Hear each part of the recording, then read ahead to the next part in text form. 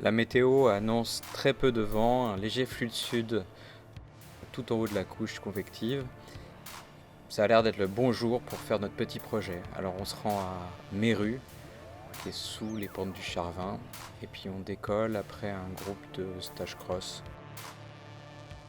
Là on met une trentaine de minutes pour sortir, ce qui est plutôt pas mal.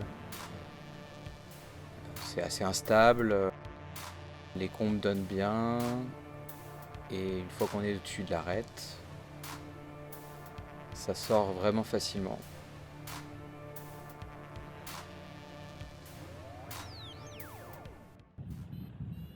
Et voilà, c'est l'extraction.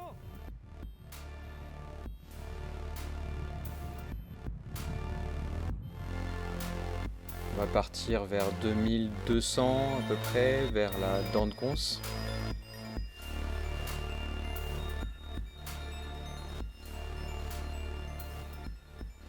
Céline profite de la transition pour nourrir l'équipage. Là on chemine assez facilement sur les crêtes.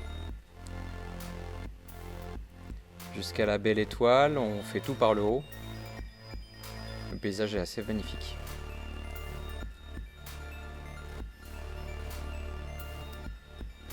On passe au-dessus du col de Tamier, tout se passe bien aussi, ça récupère très bien au niveau du parc à moutons. Vraiment c'est presque académique cette saut-là.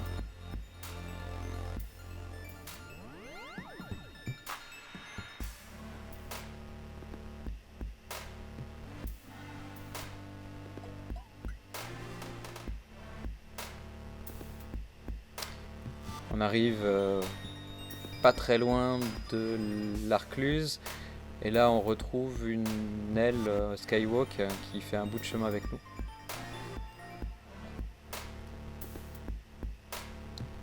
Les nuages sont pas très hauts et donc résultat on fait du slalom entre les nuages.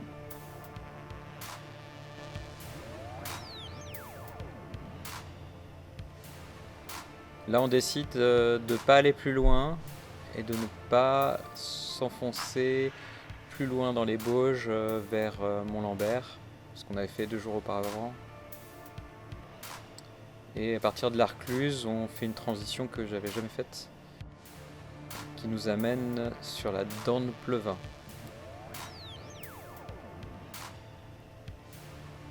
Là encore, il faut jouer un peu avec les nuages. On fait un joli plat fin 2007.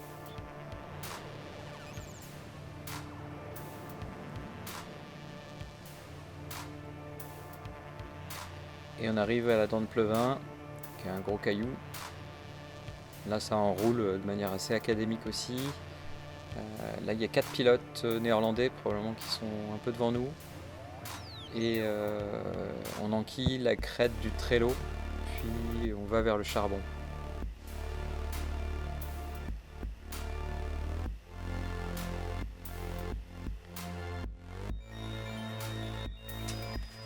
Pierre Laurence m'avait dit avant le vol qu'il y avait une confluence qui se crée entre le charbon et la face sud du Roc des Bœufs.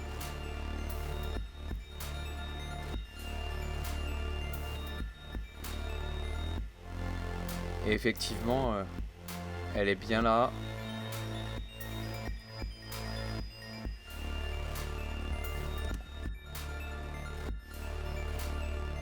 Bien marquée. Elle nous permet de regagner le Roc des Bœufs vraiment haut.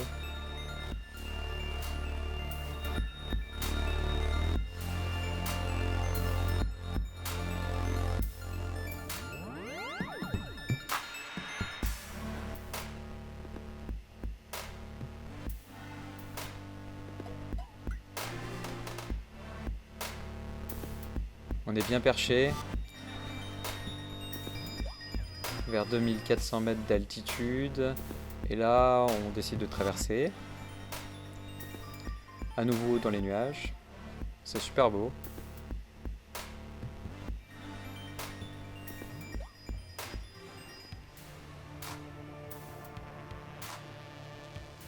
Et c'est parti pour la plus longue transition du vol. On vise bien le Signécal qui est en dessous du col de la Forclaz. Et en fait cette transition est une formalité, on arrive pratiquement 200 mètres au-dessus du col de la Forclaz.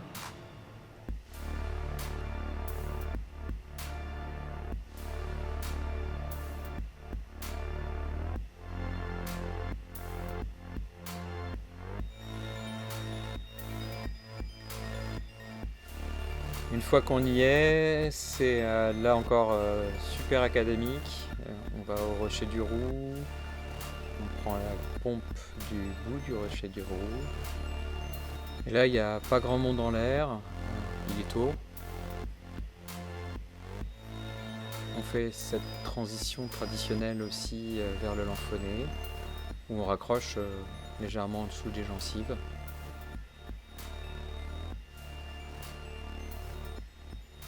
Là, le Lanfonnet, ça monte super bien comme d'habitude. Une fois qu'on est au-dessus, on transite tranquillement vers les dents de l'Enfant, qu'on voit vraiment par le dessus.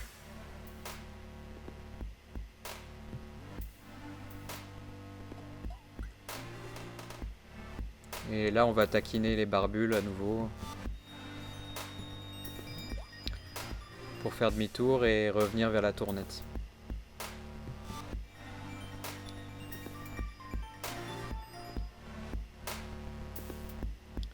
Là, deux options s'offrent à nous, soit passer au-dessus de la Tournette, ce qui est un peu compliqué parce que les nuages sont pratiquement au sommet, soit bifurquer un peu sur la gauche vers la montagne de Cotagne, et c'est ce qu'on va faire.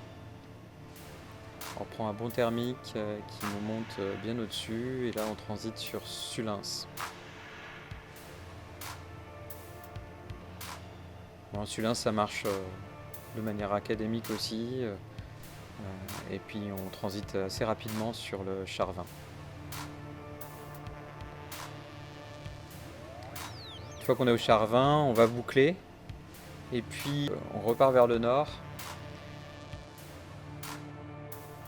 pour essayer d'élargir le triangle, et on va jusqu'à la pointe de l'Étal et le col des Aravis, et puis on revient parce que tout est à l'ombre. Et la convection n'est pas assurée, donc l'aller jusqu'à la pointe percée et le retour semble un peu illusoire. Enfin, on revient au Charvin, on repasse au-dessus et on fait un dernier glide pour aller poser à l'atterrissage de Marteau. Je rappelle qu'il est interdit de poser dans les champs qui sont au bas de Méru, sous peine de voir son vol invalidé.